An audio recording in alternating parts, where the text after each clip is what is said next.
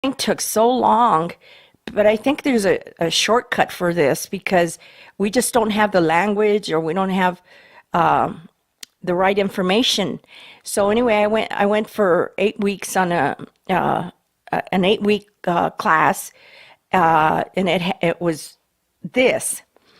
And because I told him I'm doing things in the support group, but I'm not seeing a change. I'm really not seeing the change that I want to see. Because remember, like me, I was always, if something was not right in me, I would say, I got to get rid of it. So I learned how to get rid of it right away instead of dwelling on it or thinking about it and just ignoring it.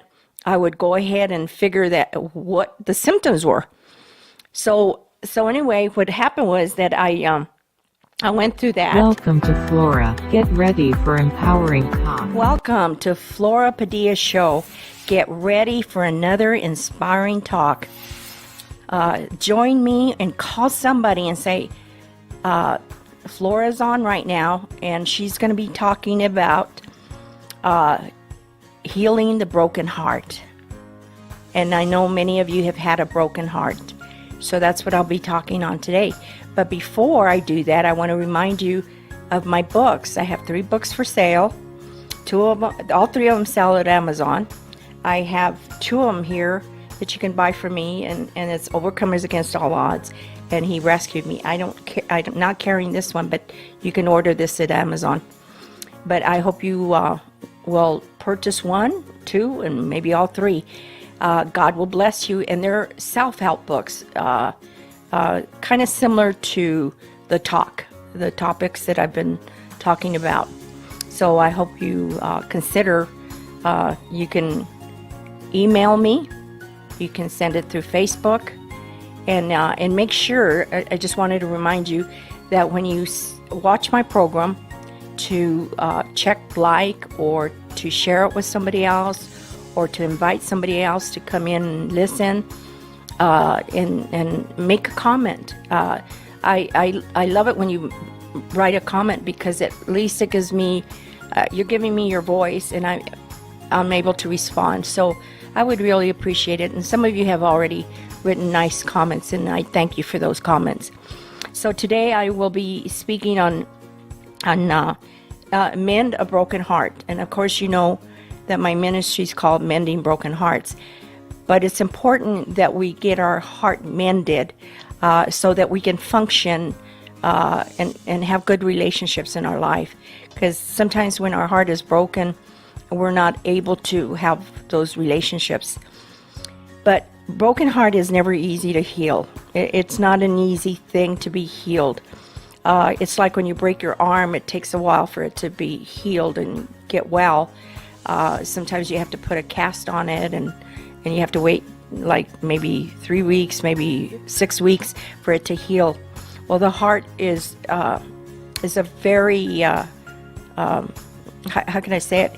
When your heart has been broken, it's like pain, and it is pain. So your broken heart is never easy to heal. Let me give you kind of what happens, and you probably know what happens because maybe you've had your heart broken. When someone rejects you, you see yourself as not wanted, unsatisfactory, or not fulfilling requirements. Because for some reason we take it personal, and a lot of times it's not even personal. It could be the circumstances. You tend to refuse to believe or accept or consider that you are not good enough. In other words, you have already made up your mind that you're not good enough. My heart was broken because of one relationship. I am so happy that my heart only got broken one time. And the reason I'm happy that my heart got broken one time is because I learned from my mistakes. Like, in other words, I wasn't going to get myself in another relationship and get my heart broken again because I wasn't healthy. And I always talk about that every week, that we have to be healthy in order to attract a healthy relationship. So many people they don't wait for their hearts to get mended. They go ahead and jump into another relationship, and then they get their heart broken again. I've talked to a lot of people that say, boy, my heart has been broken 1,000 times, and I say, how can you handle that? Because to me, one time is enough. It's a good thing, because it's a horrible experience when your heart gets broken. So remember that you don't want it to happen again. So rejection can cause physical pain and symptoms like inflation in a way that no other negative emotion, not even anger or fear, can. In other words, we can't even compare them. We have to come face to face with those difficult feelings and not run from them, because many people run from their feelings. I always say run towards your feelings and work with them. We have to take steps and move to becoming stronger and happier from those unwanted waves of griefs, because they are waves. And we have to learn how to deal with them. And we kind of have to recognize grief versus depression, because I've talked about depression. And I've talked about how we have to identify the pain. Just like a doctor, if you go to the doctor, you say, well, I've got a stomach ache. What they do is take x-ray, well, maybe not x-rays, but they do different testing, and they're trying to find out why your stomach hurts. It's the same way with the heart broken. You have to identify what it is. We have to figure out what we need to do to get happy again. Some of us can listen to music. I prefer Christian music. In fact, that's the only kind of music I listen to, because it uplifts you. It does empower you. Sometimes you feel better when you hear a song. Like I've told you, that you have to acknowledge the anger. You have to feel free not to stay connected with the person who hurt you. In other words, I talked about guilt. See, all these things are connected, and they're all emotions. But you don't have to stay connected to the person that hurt you, because a lot of times people try that. It doesn't work. I remember this man. He was bragging on how he was over his wife, and he had been divorced, and he was just talking how great he was, and that he wasn't connected to his ex-wife anymore. Well, I told him, be careful, because I knew that he wasn't healed, because I was kind of working with him a little bit. And he says, well, this weekend I'm going to go see my children in Texas, and I'm going to be running into my wife. And I said, just be careful. He says, no, I'm over her. Everything's disconnected and everything. And I said, okay, if you say so. So when he got back, he had fallen in sin. And I said, well, what happened? He says, I don't know. He says, all of a sudden, the flesh got in the way, and before I knew it, I was with her. And I said, that's because you still need healing. Because he didn't really want her back, and she didn't want him back. But see, those are called ungodly soul ties. And I'll be talking on ungodly soul ties, because ungodly soul ties are really, really difficult to get rid of. But once you get rid of them, you have godly soul ties. So we got to refocus on other relationships. And then we got to practice self-care, because if we don't take care of ourselves, nobody else will. It is important to look after your own needs after heartbreak, even if you do not always feel like it. Give yourself permission to feel the pain. And remember, I have shared that in my counseling, I'm not doing that counseling anymore, but I can do it indirectly. Like if there's anything here that you think I can help you with, just fill out the form on my website, which is Mending Broken Heart, mendingbrokenheartsministry.org, and you can fill that form and let me know. And it could be in private. It won't be revealed. So give yourself permission to feel the pain. That is how my heart was mended. Because there's a lot of grieving that we got to do. It doesn't happen overnight. When you think you're already there, you find out that you're not. Grief is different in everyone. Everybody deals with it differently. I say the best thing you can do for yourself is to give yourself permission to feel all of your sadness, all of your anger, all of your loneliness, and all of your guilt. I did it, and it works. When I counseled, I made statements, and after the statements, I would ask them for things. And there's a lot of people that I was able to counsel in that way, and we had success. I would ask them. They come in broken, heartbroken. They were grieving. I would say, I'm going to ask you I'm going to give you a statement. I would give them a statement, and I'd say, is it a thought? Is it a memory? Is it pain? Or is it emotion? And some of them, I'm going to give you examples. They would respond sometimes it was a memory. We would talk about the memory. After that, I would ask them to release the memory to God and to hand it over to God by faith. The memory was no longer painful to talk about. I would then say, can we go over the memory again? And they say, you know what, it's gone. So I knew that it worked. And every single time I did it, it worked. I would tell them in 4 weeks, you're not going to feel angry, you're not going to feel pain, you're not going to feel guilt, you're not going to feel sadness. In 4 weeks, I would tell them, in 4 weeks you'll be healed, and I guarantee your money back. Of course, I wasn't getting any money, but I would tell them that. And then right now we're going to go ahead and take a short break, and we'll be right back.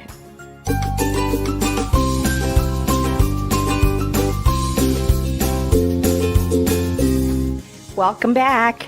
Remember, I was talking about how successful the counseling I was doing worked. And I would tell them in 4 weeks you're going to be healed. And so let me give you the second one. Okay, the first one was a memory, and then when I reviewed it again, she says, it doesn't even bother me anymore. I can talk about the memory. It doesn't hurt anymore. And that's the idea, is that you don't have memories that hurt you. Like me, I have a lot of memories, but they don't hurt me. Where before, I would start talking about my memories, and I'd just start crying. So you know that you're healed when you're able to talk about your memory, and you no longer feel angry or pain or guilt or any of that stuff. So I would then ask again, we need to identify what's going on, and that way we can work with it. So another person, I would make the statement. Then I would ask them, what comes to your mind? The person would say, I have a lot of pain. And I would then ask them to feel the pain. I would tell them, go to the pain, even if it's painful. I would tell them it will only be painful for a moment. And that's the neat thing about this kind of counseling, because you carry that pain for years and years after your divorce, after you break up with your boyfriend or your girlfriend or wife, and you're still carrying that. And I used to tell them, in 4 weeks we'll get rid of it, and you can have a great relationship after this. And sure enough, she tells me, I feel a lot of pain. And I would tell her, just go to the pain. It'll only hurt for a moment. So some would weep, and they would just weep and weep and weep because of the pain. Because of the pain, they would allow themselves to feel it. And to feel the pain, it is very painful. Then I would ask them, okay, are you ready to let go of the pain? And they would respond, yes, I want to get rid of this pain. Because they had been carrying it for so many years that they were tired of carrying that kind of pain. So I would say, give it to God. He's big enough to carry it. And they did. And then they would say, felt like a load came off of me.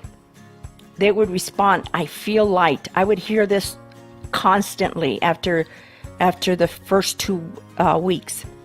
I would ask them again, let's go to the pain and go to that pain, that same pain you experienced a while ago. And they would respond, it's not there anymore. So that meant that they gave it over to God. And I would tell him, he's big enough to carry it. In fact, he wants to carry your pain. Sometimes by doing that, you unconsciously give those around you permission to feel their own pain.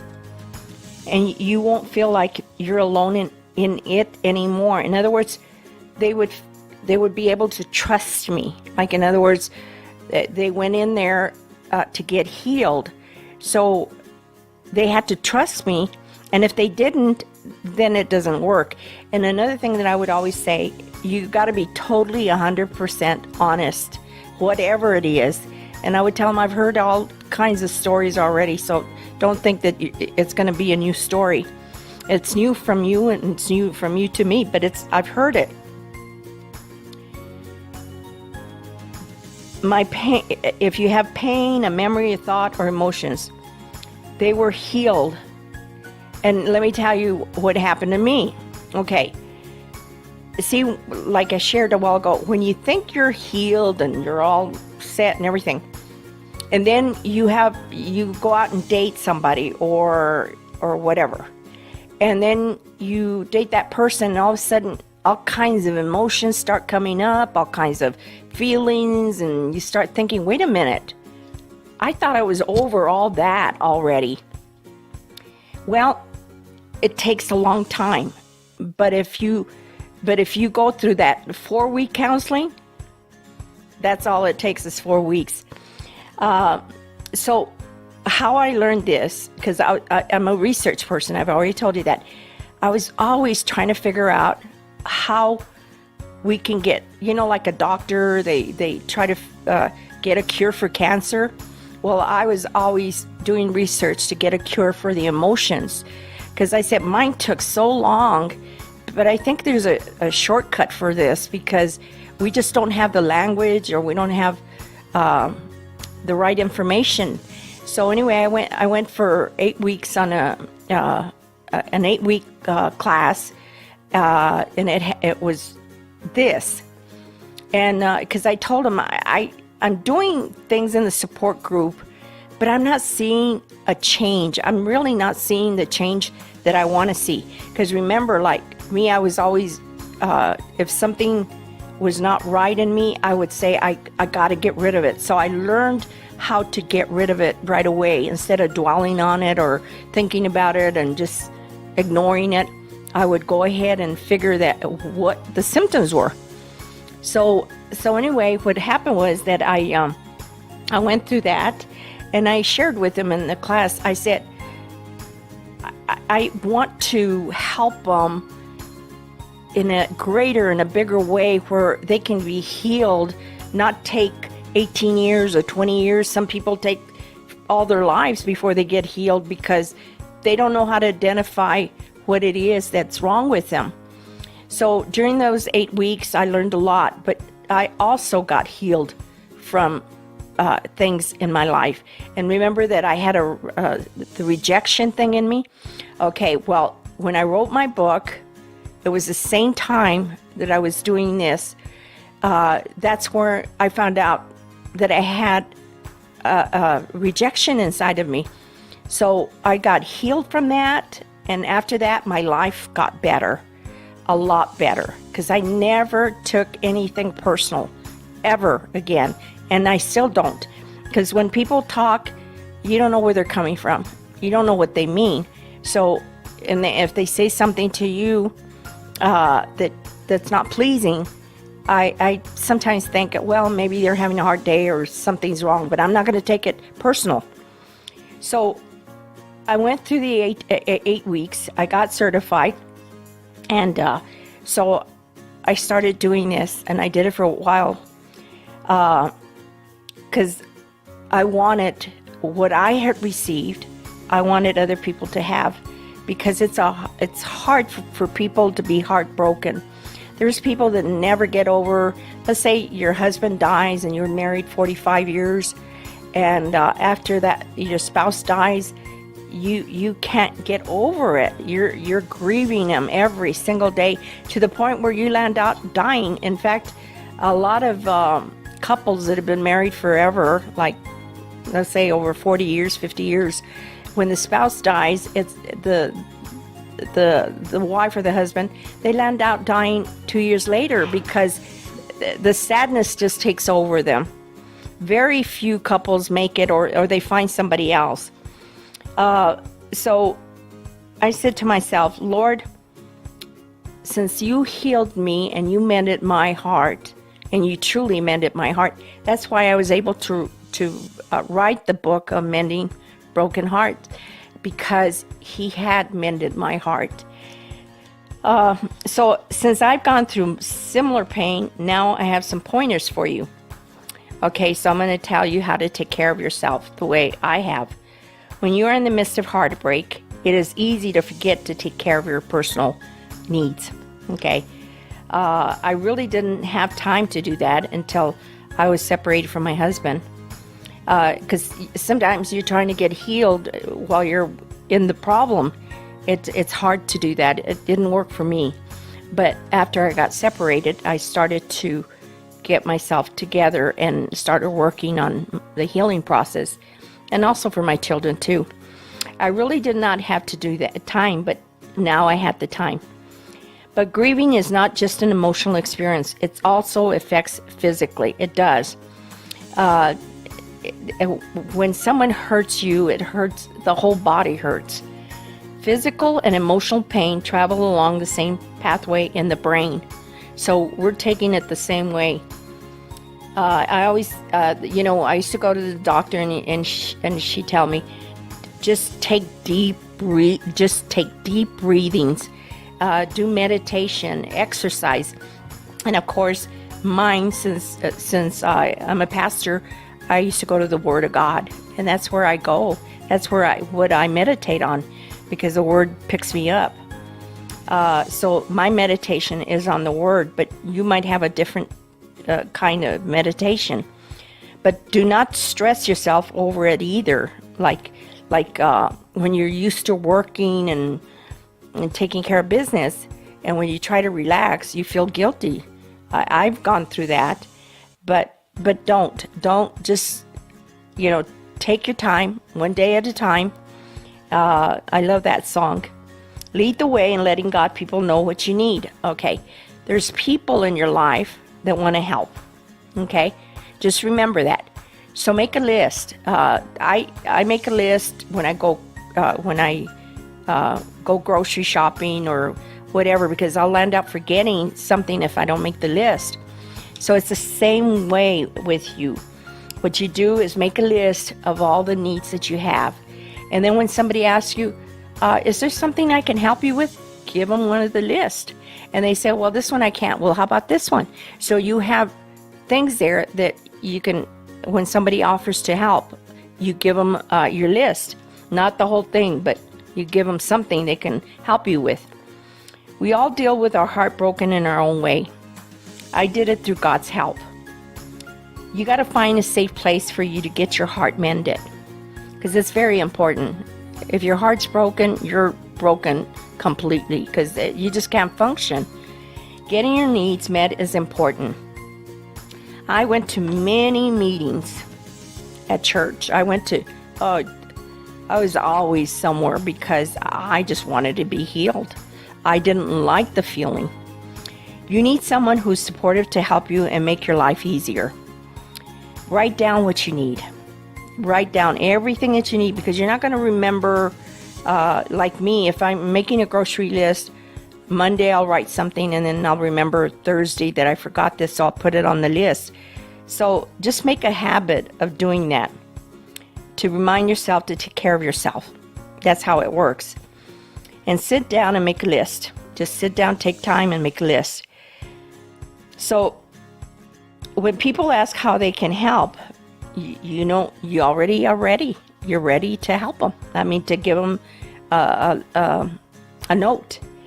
And I do that with my daughter, because she calls me just about every day, and she'll ask me how I am, and then I'll share with her, and then I'll mention something. With her, all I have to do is mention it, and she takes care of it. And I try not to put a burden on her, because I'm just that kind of person. So this relieves the pressure to your needs on the spot when somebody asks. Another thing you can do is go outdoors, okay? When I want to exercise, you know what I do? I go out and wash my car. And I go out and sweep the front of my house. It preoccupies your mind and not to think, and then you feel better when you're doing something. And then you can read my self-books over here and listen to my podcast. Those are things that will help you in how to get over your broken heart. So you could see that I've written 3 books on self-help because it's so important for me. I think that's why I'm doing what I'm doing, is that it's important for me to inspire you, to empower you, and to encourage you to get your heart mended. And because my heart is mended, and I think when you receive healing, you want other people to be healed, because I know what it's like to have a heart broken. So some of you might have to seek a counselor, and it's okay. And then don't look back. Don't look back, because some people tend to look back. No, just look forward and open your heart to love, and grieve after the breakup of a serious relationship. It can be one of the most painful experiences we endure in life. I think it's worse than breaking your arm or anything, because it's just very, very, it hurts.